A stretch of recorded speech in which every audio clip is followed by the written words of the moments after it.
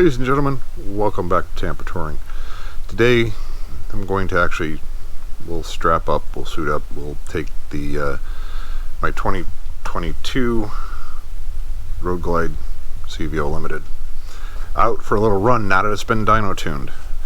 We'll see, we'll just take it for a short little ride, give it a listen. Maybe what we'll also do is we'll talk about my personal feelings, again, personal feelings only, between a batwing fairing and a shark nose fairing.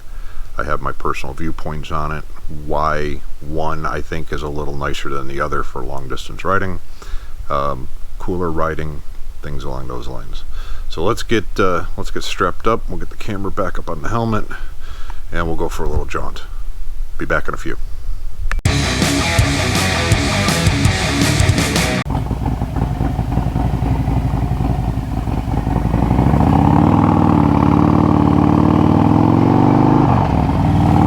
Well, you're gonna need to get it warmed up a little bit before we rip on her a little bit, but let's talk about the difference between a shark nose fairing and a batwing. My own personal opinions. Again, this is just my personal opinion. Actual mileage may vary. Void or prohibited. Tax otherwise licensed.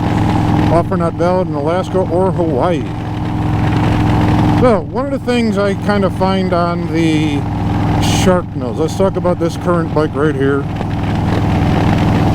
One of the things that Harley Davidson has decided to do, they used to provide them in like CVOs and some of the models, and you can get them as an upgrade, but down in here, and I don't think you can see it, there's the lower vents. Those are totally open all the time. Harley no longer puts in the closable vents. So you get a lot of airflow up through there. Summertime, not a bad thing.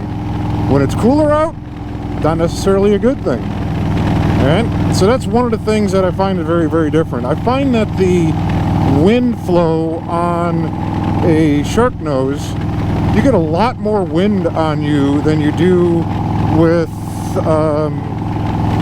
when you do with the batwing fairing. Now, yes, these bars are higher, so yes, my arms are well above the fairing, as opposed to the stock Road Glide or Ultra Limited. Bars are more down behind the fairing.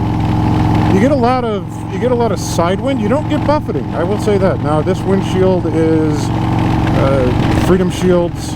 It is slightly lower than the stock CVO, which is like really high. Now I have ridden the Road Glide with the stock little short fairing.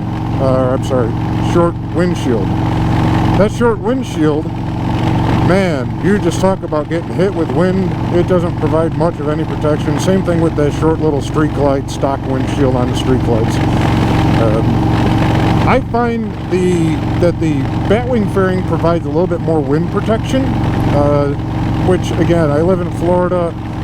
Wind protection is only something you need from, late December to mid-January. Today it is, let's see, what is it? Today is December 27th, 28th, something like that. And it is currently 71.6 degrees. So, not exactly cold out. For you folks up north, I feel sorry for you. Your bikes are put away, especially those that got nailed by that nasty-ass wind and snow and those really frigid cold temperatures. I feel sorry for you all on that. So, hate me if you will, but that is that. So anyways, back onto Street Glide versus Road Glide. I find that the Road Glide actually handles better to me than the batwing fairing. It really does. I feel it's a lot easier to throw it in the corners like this. No problem whatsoever. It corners better. You don't have the weight on the bars themselves. You have weight on the front end. That's given, but you don't have weight on the bars or the weight that you're trying to manhandle around in corners like you do with the batwing fairing. So I'll give the Road Glide props over the Street Glide just for cornering maneuverability. I find it a lot nicer, a lot easier to handle. One thing that I had a trouble with getting used to initially when I moved from batwing from Road Glide, well, limited to, there we go, grip on it.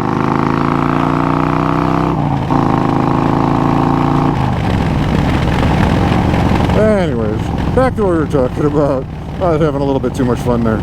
Now, one of the things that I had trouble with when moving to the Road Glide was the, you know, moving it around, you know, backing it out of the garage, that kind of thing. The weight distribution after riding batwing fairings for many, many years was very different to me. I always thought that, oh my God, this thing just doesn't move right, it doesn't handle, you know, the weight distribution is off. I had to get used to that. Not a big deal, just had to get used to it. Now I'm used to it, I'm fine. You know, after 10 months, 9 months, whatever it is that I've had this bike, I'm now used to being able to handle it around like that. I will say that low speed, parking lot maneuvers, all that stuff, I think is actually easier on the Road Glide. Now, you talk about wind, people say, oh yeah, but when you're passing a semi and you don't get that wind, push. Yeah, well, maybe not, but then again, I'm used to riding limiteds. I've got a big old tour pack back there that's going to grab that wind and give me a bit of a push regardless of whether I like it or not. So it's going to be there. Is it that radically different on a Road Glide versus a Street Glide? No, I don't think so personally. That's, again, my 2 cents. So there you have it, a little quick ride, my personal thoughts on Road Glide versus Street Glide. I think either one of them, if you're gonna ride any distance, you definitely want to have a touring bike. You know, if you're bar hopping, by all means. Whoa, there we go. Whoa, Jesus! Damn, this thing rips after being tuned. Holy crap! Any differences between the two? Not significant enough to warrant one over the other.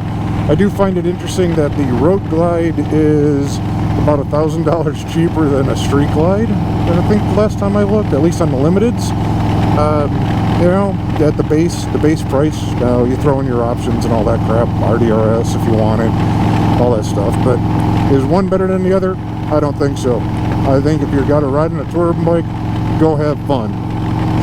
And with that, I want everybody to ride fast, take chances. Holy burnt out trucks. Damn.